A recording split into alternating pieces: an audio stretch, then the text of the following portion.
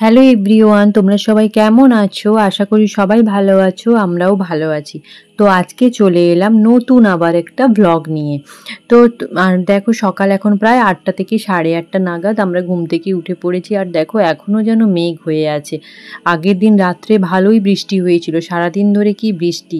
তারপরেও দেখো, আর রাইকে দেখো আমার মা এখন সকালবেলা ওকে টিফিনটা খাইয়ে দিচ্ছে। ওর জন্য সুজি বানিয়ে আমি দিয়েছিলাম, তো মাই খাইয়ে দিচ্ছে। এখানে আসলে ও কিন্তু দিদুনের কাছেই খেয়ে নেয়, আমাকে ওর খাওয়া দাওয়া নিয়ে চিন্তা করতে হয় না, খাবারগুলো বানিয়ে দিই আর মা ওকে খাইয়ে দেয়। তাই এই ফাঁকে আমিও একটু চা খেয়ে নিয়েছিলাম, সঙ্গে একটু ঘুগনি মুড়ি টিফিন করে নিয়েছিলাম।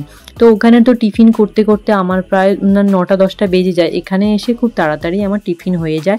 খাবারটা রায়ের জন্য খাবারটা বানিয়ে দিই আর মা হচ্ছে যে ওকে খাইয়ে দেয়। তারপর সবারই খাওয়া দাওয়া হয়ে গিয়েছিল। খাওয়া দাওয়ার পরে ওই দিন একটু আবার চিকেন এনেছিল, কারণ রায়ের পাপা ওই দিন মানে এসেছিল বলে, ছুটি ছিল অফিস, সেই জন্য এসেছিল, তাই রায়ের জন্য একটু চিকেন হয়েছিল। আর রায়ের জন্য দেখো ক্যাপসিকাম, গাজর, আলু, পেঁপে সমস্ত কিছু সবজি দিয়ে ওর জন্য আর আমার দাদুর জন্য একটু ঝোল বানিয়ে দিয়েছিলাম। ওরা তো ঝাল খেতে পারে না আর বেশি রিচ খেতে পারে না।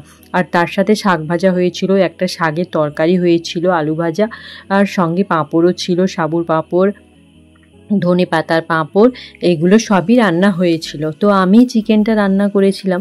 আমি বরাবরই বিয়ের আগেও আমি আমাদের বাড়িতে চিকেন হলে রান্না করতাম, শ্বশুরবাড়িতেও এখন করি, আবার এখানে এলেও কিন্তু আমিই চিকেনটা রান্না করে থাকি। তো ওই দিন গ্যাসেই রান্না হয়েছিল, কারণ বর্ষার জন্য মা উনুনে রান্না করতে পারছিল না, ভীষণই অসুবিধে হচ্ছিল। মানে বর্ষাতে তো জ্বালন সব ভিজে গিয়েছিল, তো সেজন্য। আর রাই দেখো ওর পাপার সাথে একটু বাইরে বেরু করতে গিয়েছিল, বেশি রোদ্দুর নেই এখন, হালকা ওয়েদারটা বেশ ভালোই বলে সকালের দিকে একটু বের করে নিয়ে গিয়েছিল বাড়িতে। তারপরেও এসে খাওয়া দাওয়া করলো আর দুপুরে একটা লম্বা ঘুম দিয়ে আবার ঠিক বিকেল 4টের সময় উঠে গিয়েছে। আর এখন দেখো মানে আমাদের বিকেলে রান্নাটা একটু তাড়াতাড়ি হয়, একজন বৌদি এসে করে দিয়ে যায়, সেই জন্য তাড়াতাড়ি হয়। তো রাই এখন রুটি বেলতে বসে গিয়েছে। আর তারপর রাইকে নিয়ে, রাই একটু মানে দুষ্টুমি করেছিল বলে বিকেল হতেই রাইকে নিয়ে ভাবলাম যে রথ তো আমাদের একদম কাছেই, তো একটু ওকে নিয়ে রথ দেখিয়ে আসি। তাই মা, আমি, আমার এক পিসি আর রায়ের পাপা সবাই মিলে ওকে নিয়ে এলাম রথের কাছে।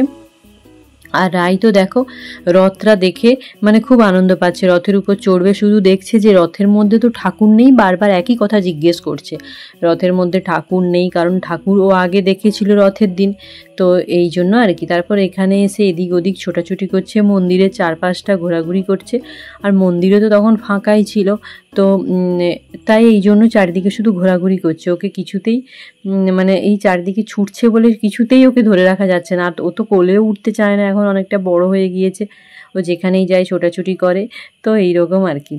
আর রথের কাছে গিয়ে দেখো শুধু রথের মধ্যে মাথাটা ঠুকছে, জানি না বড় হলে কি হবে, কিন্তু এখন ঠাকুরের প্রতি একটা আলাদাই ওর মানে টান আছে, ভক্তি আছে, যাই বলো না কেন।